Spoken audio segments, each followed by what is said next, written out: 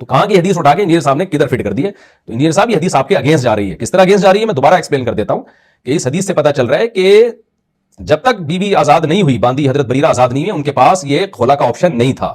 اگر ہوتا تو وہ پہلے ہی جا کے نبی صلی اللہ علیہ وسلم سے کہتی کہ بھئی مجھے آپ نکاح میرا ختم کر دیں.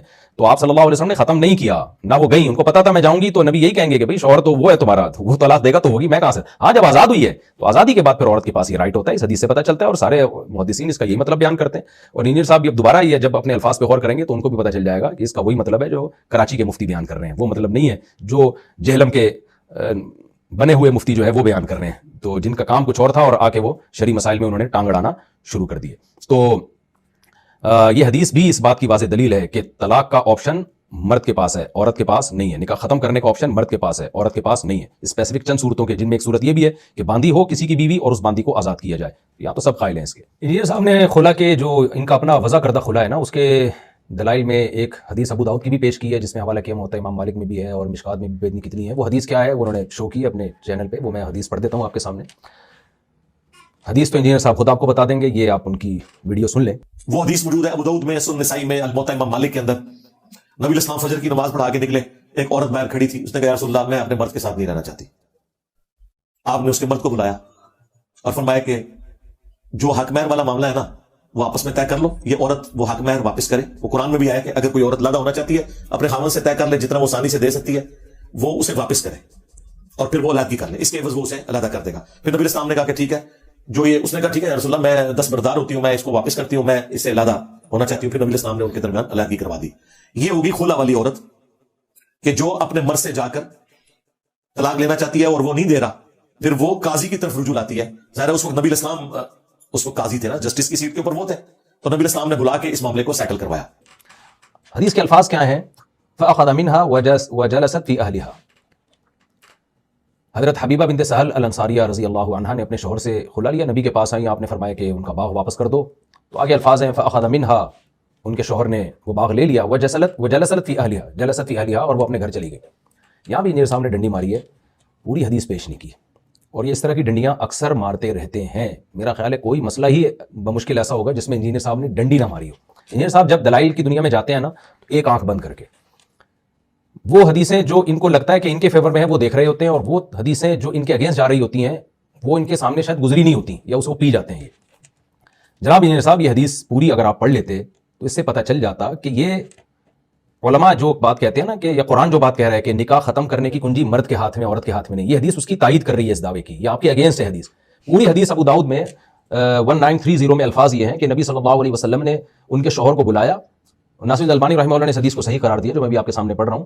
پورے الفاظ یہ ہیں عائشہ ان حبیبہ بنت سہل كانت عند ثابت بن قیس بن شماس رضی اللہ عنہ فضربها فكسر بعضها فاتت رسول الله صلی اللہ علیہ وسلم بعد الصبح، فجر کے بعد آئیں فدعا النبی صلی اللہ علیہ وسلم ثابتا، نبی صلی اللہ علیہ وسلم نے حضرت ثابت کو بلایا فقال خذ بعض مالها وفارقها، کچھ مال لے لو اور ان کی جان چھوڑو. نبی کہہ رہے ہیں کہ ان کو چھوڑ دو تم.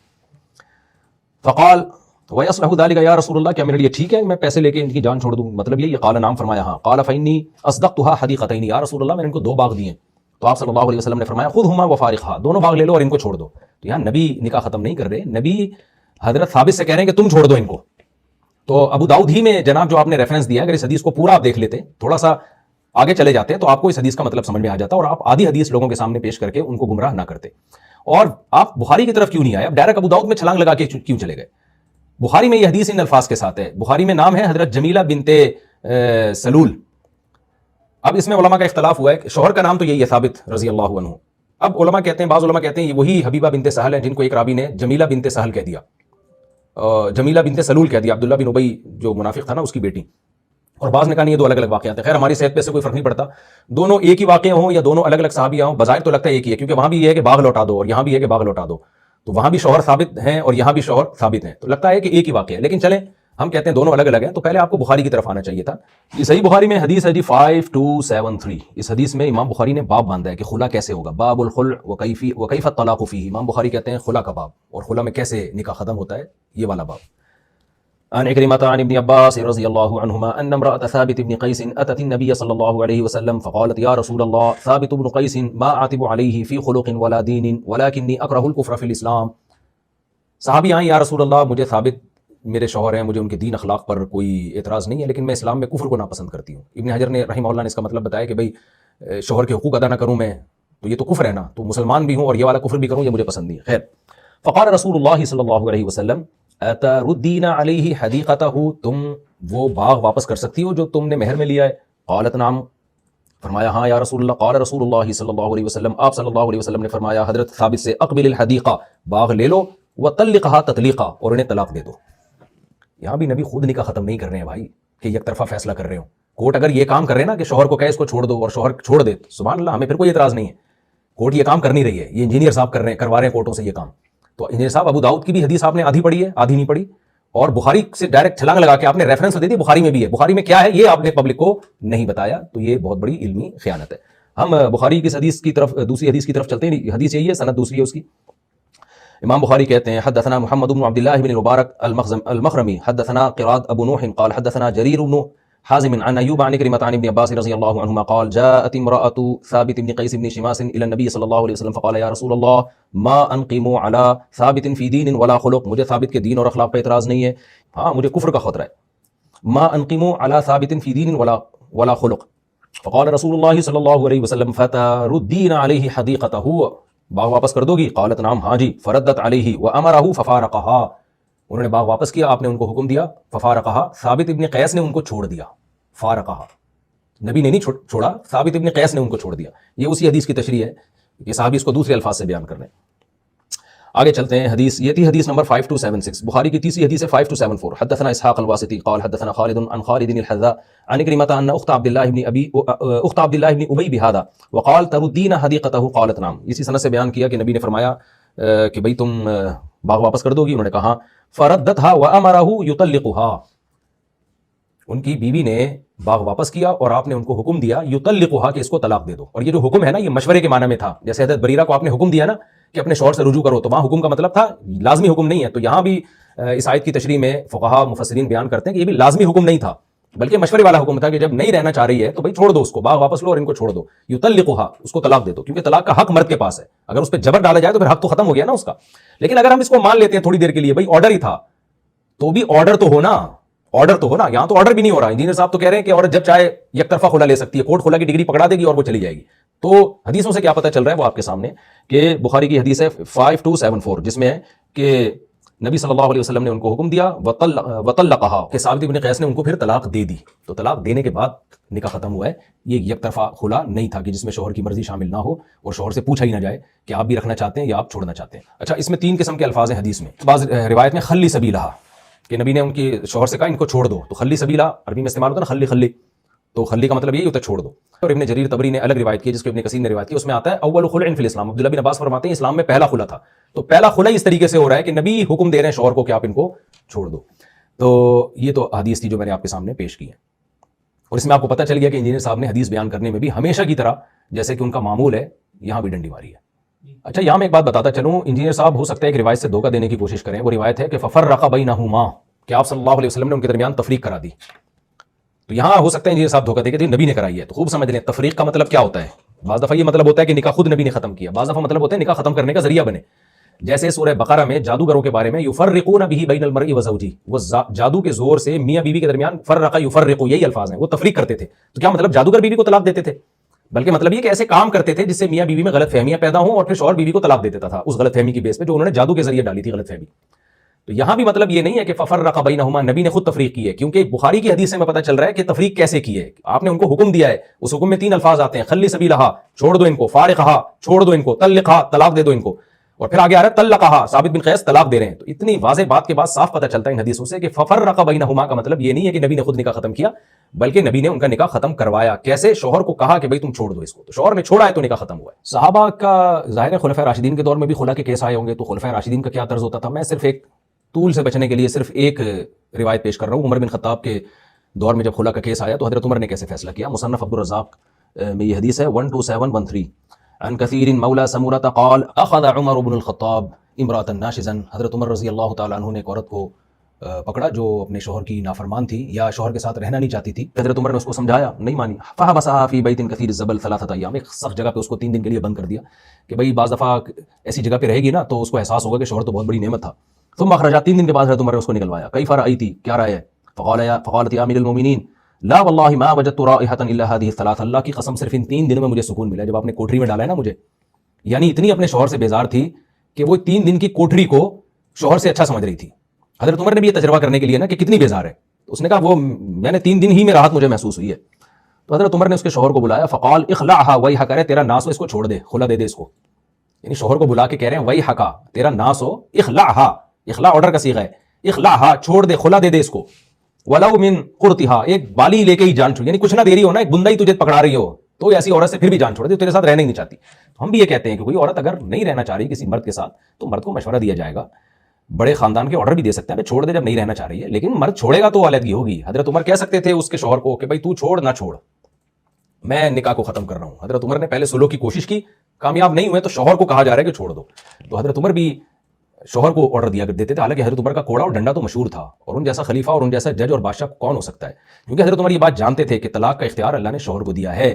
عمر بن خطاب اپنی بیوی کو چھوڑ سکتے ہیں، دوسرے کی بیوی کو طلاق نہیں دے سکتے. تو مجھے بتاؤ امیر المومنین ہو کر بھی شوہر کو کہہ رہے ہیں کہ چھوڑو، اور آپ آج کی عدالتیں جو نا امیر المومنین ہیں، جو لبرل اور سیکولرزم کی ڈسی ہوئی عدالتیں ہیں، ان کو آپ یہ کہہ رہے ہو کہ عورت جب چاہے وہ جج آپ کی بیوی کو طلاق دے سکتا ہے، جبکہ شوہر بیوی کے حقوق ادا بھی کر رہا ہوتا ہے، اور بیوی اس کے پاس اس درجے کی پریشان بھی نہیں ہوتی جیسی یہ خاتون اپنے شوہر کے پاس پریشان تھی. تو یہ میں نے صحابہ کے دور کا آپ کو واقعہ سنا ہے، ایک واقعہ، اور اس کے علاوہ بھی کتابیں میں اور واقعات بھی ہیں، لیکن میں زیادہ طول میں اب نہیں جاتا ہوں. میں اور بھی مزید کچھ حدیثیں آپ کے سامنے پیش کرتا ہوں جس سے آپ کو پتہ چلے گا کہ اسلام میں عورت کے پاس آنے کا راستہ ہے، اس میں اس پہ جبر جائز نہیں ہے، جائے گی شوہر کی مرضی سے، اپنی مرضی سے نہیں جا سکتی.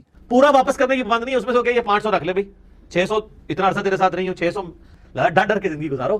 یا تو خامن یہ سمجھتے ہیں ہم جب چاہیں بیوی فارغ کر دیں، بیوی بھی جب چاہے نا خامن کو فارغ کر سکتے. اس بارے میں ایک حدیث تو میں پہلے بیان کر چکا ہوں، حضرت بریرہ رضی اللہ تعالیٰ عنہ والی. یہ بخاری کی حدیث ہے، حدیث نمبر 5283، جس میں کہ حضرت بریرہ کو آزاد کیا گیا تو ان کو ڈیورس کا حق دیا گیا. تو ظاہر ہے آزاد نہیں ہوتی تو ڈیورس کا حق نہیں ہوتا، اور پہلے سے آزاد ہوتی تو بھی ڈیورس کا حق نہیں ہوتا. اس حدیث سے بھی پتہ چلتا ہے. آگے ایک اور حدیث ہم پڑھتے ہیں، ابن ماجہ کی روایت ہے، اور علامہ البانی رحمہ اللہ تعالیٰ نے اس کو حسن قرار دیا. ارواء الغلیل میں جلد نمبر 7 صفحہ نمبر 108 109 110، اس میں آپ یہ تحقیق حدیث کی دیکھ سکتے ہیں. حدیث کے الفاظ ہیں، عن ابن عباس رضی اللہ عنہما قال اتى النبي صلی اللہ علیہ وسلم رجل فقال یا رسول اللہ ان سیدی زوجنی امته وهو يريد ان يفرق بيني وبينها قال فصعد رسول الله صلی اللہ علیہ وسلم المنبر فقال یا ایها الناس ما بال احدكم ثم يريد ان يفرق بينهما انما الطلاق لمن اخذ بالساق.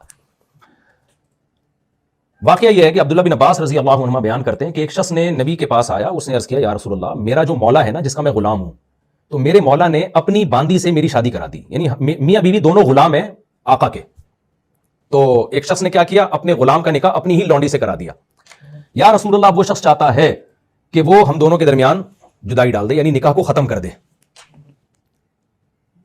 آپ صلی اللہ علیہ وسلم منبر پہ چڑھے اور آپ صلی اللہ علیہ وسلم نے فرمایا یا ایھا الناس ما بال احدکم، تمہیں کیا ہو گیا کہ تم ایک شخص اپنے غلام کا نکاح اپنی باندی سے کراتا ہے پھر ان کے درمیان چاہتا ہے کہ وہ ان کو الگ کرنا چاہتا ہے. انما الطلاق لمن اخذ بالساق، طلاق کا حق اس کے پاس ہے جو پنڈلی کا مالک ہے. پنڈلی کا مالک یہ کنایا ہے شوہر سے، کیونکہ پنڈلی یہ کنایا ہے عورت کے اعضائے مستورہ جو چھپے ہوئے اعضاء ہوتے ہیں. ظاہر ہے شوہر ہی کو حق ہے کہ بیوی کے پاس جا سکتا ہے، کوئی اور نہیں جا سکتا. تو آپ نے فرمایا طلاق حق ہے شوہر کا. حدیث کا مطلب یہ، سارے محدثین اس کا یہی مطلب بیان کرتے ہیں، انما الطلاق لمن اخذ بالساق، کہ جس کو ہم بستری کا حق ہے نا، یعنی شوہر، اسی کو طلاق کا بھی حق ہے. تو جب باندی کی شادی ہو جاتی ہے نا تو مولا اس سے ہم بستری نہیں کر سکتا، پھر ہم بستری شوہر کر سکتا ہے. تو آپ نے فرمایا جو ہم بستری کر سکتا ہے طلاق بھی اسی کا رائٹ ہے. اب آپ یہاں دیکھیے کہ یہ کنڈیشن کیسی ہے کہ جس پر طلاق کو واقع کیا جا رہا ہے وہ بھی اس شخص کی لونڈی ہے، باندی ہے، اور باندی کا کے سر کے بال سے لے کے پاؤں کے ناخن تک مولا اس کا مالک ہوتا ہے، اور غلام کا بھی مولا مالک ہوتا ہے سر کے بال سے لے کے پاؤں کے ناخن تک. تبھی تو سورہ بلد میں اللہ نے فرمایا فکوا رقبہ، غلام کو گردن سے تعبیر کیا کہ مولا جو ہے نا وہ غلام کی گردن کا مالک ہوتا ہے. گردن کا مالک ہے، وہ گردن جکڑی ہوئی ہوتی ہے، پورا غلام اور باندی مولا کے کنٹرول میں ہوتی ہے. تو اس لیے اللہ نے کہا کہ غلاموں کو آزاد کرواؤ، ان کی گردنوں کو نکالو یہاں سے. اس لیے بہت بڑی عبادت ہے غلام کو آزاد کرانا. تو ٹوٹل غلام اور باندی جو ہے یہ مولا کے کنٹرول میں ہوتے ہیں. اس کے باوجود نبی صلی اللہ علیہ وسلم فرما رہے ہیں طلاق وہ دے گا جس کی بیوی ہے. میں اور آپ ان ججوں کے لونڈیاں اور غلام نہیں ہیں جن کو انجینئر صاحب نے ہمیں لونڈیا اور غلام بنا دیا ہے. تو جج کہاں سے ہماری بیویوں کو طلاق دے سکتا ہے یا کسی کی بیوی کو طلاق دے سکتا ہے؟ اس حدیث سے بھی پتہ چل رہا ہے طلاق لمن اخذ بالساق. نبی نے فرمایا طلاق کا مطلب کیا، نکاح ختم وہ کرے گا، وہ کر سکتا ہے جو زوجہ سے ہم بستری کر سکتا ہے عورت سے، اور وہ ظاہر ہے شوہر ہی کر سکتا ہے، شوہر کے علاوہ یعنی یہ وہی الفاظ ہیں جو میں بتاتا رہتا ہوں کہ جس کی بیوی ہے نکاح ختم بھی وہی کر سکتا ہے. جج اپنی بیوی کا نکاح ختم کر سکتا ہے، دوسروں کی بیویوں کا جج نکاح ختم نہیں کر سکتا، کیونکہ یہ کام تو آقا نہیں کر سکتا اپنے غلاموں کے حق میں. تو جج وہ عوام کے لیے کہاں سے، وہ ان کا مولا سے بھی زیادہ اوپر کی چیز بن گیا کہ جب چاہے کھٹاک سے خلا کی ڈگری پکڑائی اور بیگم صاحب اپنے گھر جا کے بیٹھ گئی. مفتی صاحب بڑے بڑکے ہوئے تھے کہ جی یہ ججوں کی بیویاں نہیں ہے، جج اپنی بیویوں کو طلاق دے، لوگوں کی بیویوں کو طلاق دے. بھائی کیا کریں جج؟ تمہارے گنڈے قسم کے جو حنفی عوام ہیں اور گنڈے قسم کے جو حنفی مولوی ہیں وہ اپنی بیویوں پہ ظلم کرتے ہیں، طلاق بھی نہیں دیتے، تو ان کی سنوائی کہاں پہ ہوگی؟ خلا عورت کا اتنا ہی حق ہے جتنا مرد کا طلاق دینے کا حق ہے. نہیں اگر دے رہا مرد طلاق، عدالت میں جائیے، عدالت میرے کو نہیں جاتا، ٹھیک ہے، ون سائیڈ ڈیسیژن ہو جائے گا. تو انجینئر صاحب آپ شرعی مسائل میں ٹانگ نہ اڑایا کریں تو یہ آپ کے لیے بہتر ہے. اب آپ ذرا انجینئر صاحب کا یہ کلپ سنیں، اتنا غلط مسئلہ کتنی ڈٹائی کے ساتھ انجینئر صاحب بیان کر رہے ہیں یہ دیکھیں، اور الزام لگا رہے ہیں حنفیہ یہ کہتے ہیں. ان کے اس کلپ پہ ٹائٹل دیکھیں کہ حنفیوں نے گھر اجاڑے، اور یہ جو آپ دیکھ لیں، خود آپ اردو پڑھنا جانتے ہیں کہ کیسے کیسے خطرناک ٹائٹل لگائے ہوئے ہیں اور سارا الزام حنفیوں پہ ڈالا جا رہا ہے. دعوت کے نام سے یہ سب نے سبسکرائب کرنا ہے. اس طرح کے کام جو لوگ کر رہے ہیں میرے دل سے ان کے لیے دعائیں نکلتی ہیں. اب یہ وہ لوگ ہیں کہ جن کو میں نے انہیں کینلی آبزرو کیا ہے، یہ آپ نے ضرور سبسکرائب کرنا ہے. یہ جو آپ نے کہا نا کہ چاروں امام صرف حنفیہ کے نزدیک ایسا ہے، دیکھیں جس طریقے سے اللہ تعالیٰ نے مرد کو یہ اختیار دیا ہے کہ وہ اپنی بیوی کو طلاق دے کر اپنے نکاح سے نکال سکتا ہے، بالکل اس طریقے کے اوپر اللہ تعالیٰ نے عورت کو بھی اختیار دیا ہے کہ وہ اپنے خاوند سے خلا لے سکتی ہے. اب اس حوالے سے فقہ حنفی والے تو بہت ایکسٹریم کے اوپر ہیں. ان کا موقف تو یہ ہے کہ جب تک خاوند طلاق نہیں دے گا خلا واقع نہیں ہوگی، اور اگر خاوند طلاق نہیں دیتا تو قاضی کو، یعنی جو جج ہے، اس کو کوئی اختیار نہیں تنسیخ نکاح کرنے کا. تو اس کا تو منطقی انجام فقہ حنفی کی روح سے یہی بنتا ہے کہ پھر وہ مرد اسے غلام بنا کے پوری زندگی رکھے گا. نہیں انجینئر صاحب، اس کا منطقی انجام یہ نہیں نکلے گا جو آپ بتا رہے ہیں، کیونکہ احناف اس کے قائل نہیں ہے کہ مرد ظلم بھی کر رہا ہو تو عدالت تنسیخ نکاح نہیں کر سکتی. یہ چیز آپ نے خود سے ہی احناف کے کو تھوپ دی ہے. آپ خود ہی دعوے کرتے ہیں اور پھر خود ہی وہ باتیں کرتے رہتے ہیں آپ کے احناف نے یہ غلط کیا. آپ کو نہ حنفیوں کا پتہ نہ شافیوں کا پتہ. احناف کہتے ہیں کہ اگر مرد ظلم کر رہا ہے، آپ کسی بھی مدرسے سے فتویٰ لے لیں، بنوری ٹاؤن سے، جامعہ رشید سے، دارالعلوم کورنگی سے، جامعہ اشرفیہ سے، جو عورت کے بیسک حقوق اگر وہ ادا نہیں کر رہا تو پھر عدالت سے عورت تنسیخ نکاح کروا سکتی ہے. عورت ثابت کرے کہ میرے اوپر یہ ظلم ہو رہا ہے، کیونکہ دنیا میں کوئی بھی دعویٰ بغیر دلیل کے مانا نہیں جاتا. عورت ثابت کر دے یہ ظلم کر رہا ہے میرے اوپر، بیسک نان نفقہ ہی نہیں دے رہا مجھے، نہ چھوڑ رہا ہے، نہ مجھے میرے بیسک حقوق ادا کر رہا ہے. اگر عدالت یہ ثابت کر دیتی ہے، عورت یہ ثابت کر دیتی ہے تو ٹھیک ہے، عدالت تنسیخ نکاح کر سکتی ہے. تو لیکن جو آپ جو باتیں کر رہے ہیں نا، بلکہ آپ جو فضول باتیں کر رہے ہیں، اس کا منطقی انجام بہت خطرناک نکلتا ہے. آپ کہہ رہے ہیں کہ عورت کو یہ رائٹ ہے جب بھی جائے گی عدالت سے خلا لے لے گی. اس کا منطقی انجام پتہ کیا نکلے گا کہ بیوی اور گرل فرینڈ میں کوئی فرق نہیں رہے گا، جس کو میں شروع میں ایکسپلین کر چکا ہوں. اور یہ جو آپ کہہ رہے ہیں نا کہ حنفی ایکسٹریم لیول پہ گئے ہوئے ہیں، وہاں خلا عورت کی مرضی کے بغیر نہیں ہو سکتا، تو ایک تو ایکسٹریم لیول کا مطلب آپ نے غلط بیان کیا، یعنی آپ حنفیوں کی طرف وہ چیز منسوخ کر رہے ہیں جو حنفی کہہ ہی نہیں رہے ہیں. دوسرا آپ سمجھ رہے ہیں اس میں حنفیہ تنہا ہے. بھائی حنفی نہیں ہے، ساری امت یہی کہہ رہی ہے. امام شافعی کتاب الام میں یہ کہتے ہیں، مالکیہ کی جتنی کتابیں اٹھائیں اس میں یہی لکھا ہوا ہے کہ خلا یک طرفہ نہیں ہوگا، دو طرفہ ہوگا. حنابلہ یہی کہتے ہیں، عرب علماء یہی کہتے ہیں، سلفی علماء یہی کہتے ہیں، اہل حدیث علماء یہی کہتے ہیں. آپ کو پتہ ککھ بھی نہیں ہے آپ کو پتہ. مطالعہ کرنے کی تو آپ کو توفیق ہی نہیں ملتی ہے. جس نے جو کتاب لا کے پکڑا دینا آپ اس کو پکڑ کے بیٹھ جاتے ہیں. تو ابھی چونکہ یہ کلپ بہت لمبا ہو جائے گا، ورنہ میں شافعیوں کی کتابیں آپ کے سامنے رکھتا، اور اگر آپ نے انکار کیا نا دوبارہ تو انشاءاللہ میں وہ کتابیں رکھوں گا آپ کے سامنے، جس میں امام شافعی کیا کہہ رہے ہیں خلا کیسے ہوتا ہے، امام مالک کیا کہہ رہے ہیں خلا کیسے ہوتا ہے، امام احمد بن حنبل کیا کہہ رہے ہیں خلا کیسے ہوتا ہے. تو اس لیے آپ جو ہے نا جھوٹ بولنے سے پہلے کائنڈلی تھوڑا سا اللہ کا خوف کر لیا کریں.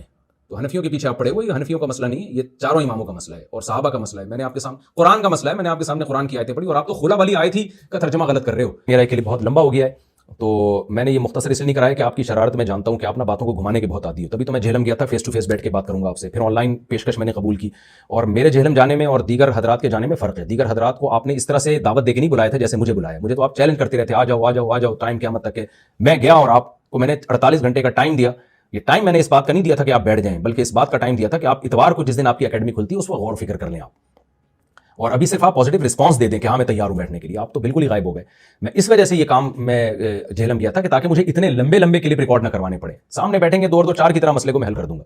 تو مجھے اپنا ٹائم اس میں سرو کرنا پڑ رہا ہے، اور دیگر مسائل میں بھی میں انشاءاللہ آپ پر کلپ ریکارڈ کرواؤں گا کہ جو آپ نے ان مسائل میں گڑبڑ کی ہے اور لوگ کس طرح سے کنفیوژن کا شکار ہونے. خلا کا مسئلہ چونکہ بہت اہم ہے، خاندانی نظام ہمارا تباہ و برباد ہو رہا ہے. خواتین آپ کے کلپ دیکھ کے عدالتوں سے خلا لے رہی ہیں. پہلے یہ خواتین جو ہے نا وہ شوہروں کی دسترس سے باہر نکل چکی ہیں، بہت ساری نہیں. تو آپ نے اور زیادہ ان کو آگ لگا کے سارا فیملی سسٹم بھی آپ تباہ و برباد کرنے کی طرف جا رہے ہیں. آپ بھی اور چند آپ جیسے اسکالر دوسرے بھی ہیں جو یہ کام کر رہے ہیں. اگر کسی کا خامن مسنگ پرسن ہو چکا ہے تو یہ 90 سال والا فتویٰ بالکل ردی کی ٹوکری میں پھینکنے والا ہے. آپ دیکھیں اسی زمانے میں امام مالک ہوئے، امام مالک اور امام حنیفہ کا زمانہ ایک ہے. امام مالک نے اسی زمانے میں فتویٰ دیا تھا کہ 4 سال انتظار کرے گی. پہلی بات تو یہ کہ انجینئر صاحب آپ کے لیے تو یہ مسئلہ ہے ہی نہیں. انتظار تو ایک دن بھی نہیں کرے گی وہ. 4 سال کی کیا بات ہے؟ جب آپ نے اس کو یہ رائٹ دے دیا کہ جب چاہے کورٹ سے خلا لے سکتی ہے تو پھر انتظار کا تو کوئی مطلب ہی نہیں بنتا نا. کہ کتنے سال انتظار کرے گی, کتنے سال انتظار نہیں کرے گی. اس کو تو ہر وقت حق حاصل ہے کہ شوہر نہ بھی گما ہوا ہو, موجود ہو تو لا کے لے سکتی ہے. تو یہ آپ ہی کی بات آپ کے بھی خلاف جا رہی ہے, خود ہی آپ کے خلاف جا رہی ہے یہ آپ کی بات. چونکہ بعض اہل حدیث علماء میں نے اور بھی سنے اپنی کانوں سے جو امام صاحب کا مذاق اڑاتے ہیں کہ شوہر گم جائے تو امام حنیفہ نے کہا جی 90 سال عورت انتظار کرے گی. جناب انجینئر صاحب, میں آپ سے یہ کہوں گا کہ امام حنیفہ کا جو اصل موقف ہے نا وہ یہ ہے کہ عورت کا شوہر اگر گم جائے تو عورت ساری زندگی انتظار کرے گی. 90 سال تو ایک مثال کے طور پر بیان کر دیا ہے. اس وقت انتظار کرے گی جب تک کہ شوہر کی موت واقع نہیں ہو جاتی یا جب تک طلاق نہیں مل جاتی. اور یہ بہت سارے حضرات کا موقف ہے, کیونکہ وہ کہتے ہیں نکاح ٹوٹنے کی ہمارے پاس کوئی دلیل نہیں ہے, ہو سکتا ہے کل آ جائے, وہ پرسوں آ جائے, تو موت کا پتہ چلے گا تو ہوگا نا. ہاں قرائن سے پتہ چل رہا ہے کہ وہ مر گیا, مثال کے طور پر کوئی سمندر میں گم ہو گیا اور ساحل سمندر پہ اترا ہی نہیں ہے, تو وہاں تو یقین ہے کہ بھائی بندہ مر گیا ہوگا. کہیں آگ لگی عمارت میں, بندہ جاتا ہوا نظر آیا تھا, واپس نظر نہیں آ رہا. نارملی کوئی گم جائے تو پہلی بات تو یہ میرے اب آپ سے دو سوال ہے کہ آپ نے جو الفاظ امام ابو حنیفہ کے لیے استعمال کیے ہیں, یا آپ کے فینس جو ٹائٹل لگا کر امام حنیفہ کو کہہ رہے ہیں کہ یہ اسلام کو بدنام کر رہے ہیں, پہلی بات تو یہ کہ وہی آپ سیدنا علی ابن ابی طالب کے لیے کیا وہ الفاظ استعمال کریں گے؟ سیدنا علی ابن ابی طالب رضی اللہ تعالیٰ عنہ کا کیا فتویٰ ہے؟ مصنف عبد الرزاق اس میں آتا ہے کہ عن الحکم ان علی قال امرأۃ ابتلیت فلتصبر حتی یاتیہا موت او طلاق, کہ حضرت علی رضی اللہ تعالیٰ عنہ اس عورت کے بارے میں جس کا شوہر گم جائے فرماتے ہیں کہ ایسی عورت ہے جس کو آزمائش میں ڈال دیا, یعنی اللہ کی طرف سے وہ آزمائش میں, فلتصبر وہ صبر کرے یہاں تک کہ شوہر کی موت یا طلاق کی خبر آ جائے. تو کیا سیدنا علی اسلام کو بدنام کر رہے ہیں؟ امام ابو حنیفہ رحمۃ اللہ علیہ نے اپنے زمانے میں ایسا عجیب و غریب فتویٰ دیا کہ وہ آج تک حنفیوں کے گھاٹے میں فٹ ہے, کسی کو منہ دکھانے کے قابل نہیں ہے. وہ کہتے ہیں 90 سال انتظار کرے گی. اس سے بڑا مذاق یہ ہے کہ وہ کہتے ہیں کہ اگر 90 سال انتظار نہیں کر سکتی نا, اتنی دیر انتظار کرے کہ جتنی دیر اس کے اس خامند کے ہم عمر جتنے مرد ہیں وہ فوت ہو جائے. یعنی نہ ہی سمجھو. ٹھیک ہے, اس مسئلے میں صحابہ میں اختلاف تھا. حضرت عمر کے پاس جب یہ کیس آیا تو حضرت عمر نے عورت کو حکم دیا 4 سال انتظار کرو. پھر کچھ وقت کے بعد پتہ چلا جی وہ شوہر آ گیا واپس, تو پھر یہ مسئلہ حضرت علی رضی اللہ تعالیٰ عنہ کے پاس بھی گیا, حضرت عثمان کے پاس بھی گیا یہ مسئلہ. حضرت عمر رضی اللہ تعالیٰ عنہ نے پھر اس کے پہلے شوہر کو یہ آپشن دیا کہ بھائی یا تو چاہو تو ہم یہ بیوی تمہیں دے دیتے ہیں کیونکہ تمہاری بیوی ہے یہ. اس سے پتہ چلتا ہے کہ حضرت عمر نے بھی نکاح پرانے والے نکاح کو ویلڈ مانا ہے گمشدہ ہونے کے باوجود بھی. اور پھر ان کو یہ کہا کہ چاہو تو ہم تم مہر واپس لے لو اور اس کو چھوڑ دو. تو انہوں نے کہا مہر واپس دے دو, میں اس کو چھوڑتا ہوں. تو اس سے تو آپ کے موقف کی تائید ہو رہی ہے کہ پرانا نکاح باقی ہے, گمنے سے وہ نکاح ختم نہیں ہوا. تو انجینئر صاحب, نہ آپ کو امام حنیفہ کا پتہ, نہ حضرت علی کا پتہ, نہ صحابہ کا پتہ, تو کائنڈلی ذرا آپ آئندہ خیال رکھیے گا. یہ اب آپ کو پتہ چلا مفتی صاحب چیخ رہے ہیں کہ ججوں کی بیویاں نہیں ہیں, کیونکہ ان کے بابا جان جو ہیں, ٹھیک ہے, یعنی کہ امام حنیفہ روحانی بابا جان, وہ یہ فتویٰ دے گئے ہوئے ہیں. اب انہوں نے اپنے بابے کا فتویٰ تو لال کرنا ہے. وہ فتویٰ اسی صورت میں لال ہوگا کہ جب وہ یہ مانے کہ تنسیخ نکاح نہیں ہو سکتا, کھلا نہیں ہو سکتا. ساتھ یہ بھی بتائیں تاکہ ان کے بابوں کے فتووں کا مذاق اڑے. لیکن میں سمجھتا ہوں امام مالک کا فتویٰ بھی اس دور کے لیے ویلڈ نہیں ہے, جس دور کے اندر ہمارے پاس پاسپورٹس کا ریکارڈ موجود ہے, ڈی این اے ٹیسٹ ہو جاتا ہے, دنیا میں چھوٹے سے چھوٹے واقعے کی خبر, کوئی افریقہ کے کسی جنگل میں تو نہیں چلا گیا, یا برمودا ٹرائنگل میں تو نہیں وہ چلا گیا کوئی آپ دوست میں بیٹھ کے کہ جی آپ کو پتہ ہی نہیں چل رہا, کہیں نہ کہیں تو گیا, غائب ہوا ہے تو پتہ چل جائے گا. اس لیے آج کے دور میں تو بھائی 4 مہینے بھی کافی ہیں. جی, آپ کہہ رہے ہیں کہ اس زمانے میں نہ امام حنیفہ کا 90 سال والا ویلڈ ہے اور نہ امام مالک کا 4 سال والا, اور محترم اس کی ریزن یہ بیان کر رہے ہیں کہ اس زمانے میں تو پاسپورٹ اور ڈی این اے سے بندہ پتہ چل جاتا ہے کہاں ہے. میں جب ان کے کلپ سنتا ہوں نا تو سوچتا ہوں کہ یار یہ بندہ کوئی دماغی بیماری تو نہیں ہے اس بندے کے ساتھ, کوئی ڈپریشن کا مریض ہے یا انزائٹی کا پیشنٹ ہے. جس زمانے میں جب بندے کا پتہ چلانا ممکن ہو تو وہ مفقود ہے ہی نہیں, وہ گمشدہ ہے ہی نہیں. امام ابو حنیفہ یا امام مالک کا فتویٰ اس کے بارے میں ہے جس کا پتہ چلنا ممکن ہی نہ ہو. تمام ذرائع سے جب ناممکن ہو گیا اس کا پتہ چلانا, اس کے بعد امام حنیفہ کہتے ہیں کہ وہ عورت موت تک انتظار کرے گی شوہر کی, جب یقین ہو جائے. اور موت کا ظاہر ہے نہیں پتہ چلتا, جیسے کہ حضرت علی رضی اللہ تعالیٰ عنہ کا قول میں نے آپ کے سامنے پیش کیا. حضرت عمر نے 4 سال بعد اس کا اگر نکاح ختم کیا, اور بعد میں جب وہ بندہ آیا حضرت عمر کے پاس تو پہلے والے کو یہ آپشن دیا گیا کہ چاہو تو تمہاری بیوی تمہارے حوالے کر دیں, چاہو تو مہر دو اور اس کو چھوڑ دو تم. جہاں بات پاسپورٹ کی آتی ہے, ڈی این اے کی آتی ہے, تو اس کا مطلب گمشدہ ہے ہی نہیں بھائی, اس کو تو پتہ چلانا ممکن ہے. تو جب تک پتہ چلانا ممکن ہے تو اس وقت تک تو وہ گمشدہ میں شمار ہی نہیں ہوگا, یعنی وہ گمشدہ جس پر یہ شریعت کا حکم لاگو ہوتا ہے. تو خود ہی بیٹھ کے باتیں بناتے رہو, خود ہی پھینکتے رہو, پتہ نہیں کیا کیا پھینکتا رہتا ہے. اچھا, حنفی کے علماء ہیں جنہوں نے امام حنیفہ کے فتوے سے بغاوت کی ہے. الازہر یونیورسٹی جو مصر والے ہیں حنفی علماء, انہوں نے کہا کہ ہم امام صاحب کے فتوے کو نہیں مانتے. اب فتویٰ پاکستان میں بھی ہمارے جو استاد غلام حسین سعیدی صاحب تھے, بریلوی عالم, فوت ہو گئے رحمہ اللہ تعالیٰ, مفتی منیر صاحب کے مدرسے میں شیخ الحدیث تھے. انہوں نے باقاعدہ شرح صحیح مسلم میں تفصیلی علماء کے اقوال لکھے ہیں کہ بعد میں فقہ حنفی کا فتویٰ یہی ہے کہ امام حنیفہ کا فتویٰ غلط ہے, امام مالک کا فتویٰ درست ہے. دوسری بات یہ جو آپ نے کہا نا کہ جامع ازہر نے امام ابو حنیفہ کے قول پہ فتویٰ نہیں دیا, اور ایک کلپ میں محترم نے یہ بھی کہا ہے کہ مفتی تقی عثمانی صاحب نے بھی جامع ازہر کے فتوے کو فالو کیا ہے. یہ بھی آپ کی نالج میں کمی ہے. مولانا اشرف علی تھانوی رحمۃ اللہ علیہ نے ہندوستان میں جب بہت سے لوگ لاپتہ ہو گئے تھے بلوا میں, تو انہوں نے علماء کی میٹنگ کی تھی ہیلہ ناجزہ میں. یہ پوری کارگزاری آپ کتاب میں پڑھ لیں.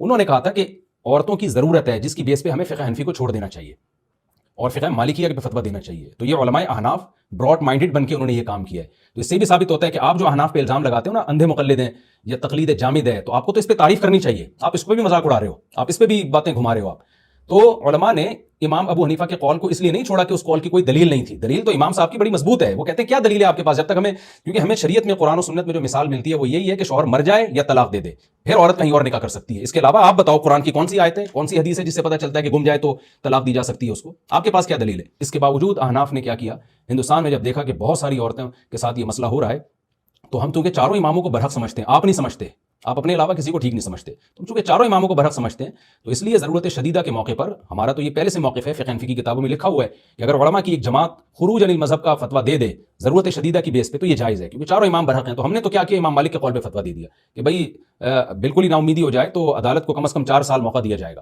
اور 4 سال بھی جب موقع دیا جائے گا کہ جب 4 سال تک تحقیق کے بعد پتہ چلے کہ یہ اس کے ملنے کے چانسز نہیں ہیں. لیکن یہ فتویٰ بھی علماء احناف پہلے ہی دے چکے ہیں آپ کے مشورے سے پہلے ہی کہ جدید دور ہے، اس میں کسی شخص کا پتہ چلانا پہلے کی نسبت آسان ہے. لہذا اگر عدالت نے پہلے بھی فیصلہ کر دیا اپنے ذرائع اور وسائل استعمال کر کے یہ بندے کا ملنا ناممکن ہے، تو عدالت پہلے بھی نکاح کو ختم کر سکتی ہے. تو اس لیے میں بار بار کہتا ہوں کہ آپ کو نہ فقہ حنفی کا پتہ، نہ فقہ مالکیہ کا پتہ، اور آپ نے یہ بھی الزام لگا دیا کہ حنفیوں نے جامع ازہر کو دیکھ کر یہ کیا. یہ پہلے حنفی یہ کام کر چکے ہیں متاخرین علماء کے قول پہ. یہ مولانا سلوی تھانوی رحمۃ اللہ علیہ کو یہ کریڈٹ جاتا ہے، جنہوں نے ہندوستان کے علماء کو جمع کر کے کہا تھا کہ بھائی نہیں، ہم اس میں فقہ مالکیہ پہ فتویٰ دیں گے. اور بھی بہت سارے اقوال ہیں جہاں فقہ مالکیہ پہ یا فقہ حنبلی پہ فتویٰ ہے. تو لیکن عوام کو بے لگام ہونے کی اجازت نہیں ہے، کلابازیاں کھاتے رہے اور آپ سے مسئلے پوچھتے رہے. علماء جہاں ضرورت محسوس کرتے ہیں وہاں خود اس پہ فتویٰ دے دیتے ہیں. تو امام حنیفہ کا قول دلیل کے لحاظ سے بہت مضبوط ہے، اس کا مذاق اڑانا نہیں بنتا جو آپ مذاق اڑا رہے ہو. اور ان اسلاف کا بھی اڑاؤ جنہوں نے، جو امام حنیفہ کے قول کے، یعنی امام حنیفہ نے جن کے قول کو فالو کیا ہے، ان اسلاف کا بھی مذاق اڑاؤ. اور بھی ہیں، اگر آپ نے مزید مذاق اڑایا تو میں انشاءاللہ وہ حوالے بھی آپ کے سامنے پیش کروں گا کہ اور کون کون اس کے قائل ہیں. یہ میں نے تفصیل سے ایک ویڈیو ریکارڈ کروائی ہے. اس طرح سے میں انجینئر صاحب پہ پہلی دفعہ ریئیکٹ کر رہا ہوں، اور اگر میں پہلے یہ کام کر لیتا تو یہاں تک نوبت نہ آتی. لیکن ہم وارننگ دیتے رہے، مہلت دیتے رہے کہ انجینئر صاحب سدھر جائیں. آپ کے پاس علم نہیں ہے، آپ پراپر عالم نہیں ہیں، آپ نے ادھر ادھر کچھ کتابیں پڑھ کے کچھ ادھوری معلومات لے لی ہیں، نیم حکیم خطرہ جان والا حساب ہو گیا ہے آپ کا. تو میں لوگوں سے یہ اپیل کرتا ہوں کہ نبی صلی اللہ علیہ وسلم کی صحیح حدیث ہے بخاری اور مسلم کی، ان اللہ لا يقبض العلم انتزاعا من صدور العلماء. اللہ تعالیٰ علم علماء کے سینوں سے نہیں اٹھائیں گے، ولکن یقبض بقبض العلماء، اللہ علماء ہی کو اٹھا لیں گے. پھر آپ صلی اللہ علیہ وسلم نے فرمایا فإذا لم يبق عالم اتخذ الناس جهالا رؤوسا، جب علماء ختم ہو جائیں گے نا، لوگ جاہلوں کو اپنا سردار بنا لیں گے. فافتوا بغیر علم، ان کے پاس علم نہیں ہوگا، یعنی پراپر علم جسے کہتے ہیں وہ نہیں ہوگا، وہ بغیر علم کے فتویٰ دیں گے. فضلوا واضلوا، خود بھی گمراہ ہوں گے اور لوگوں کو بھی گمراہ کریں گے. اور آخری بات، نکاح نامے میں یہ لکھا ہوا ہوتا ہے کہ کیا مرد نے عورت کو طلاق کا حق دے دیا ہے.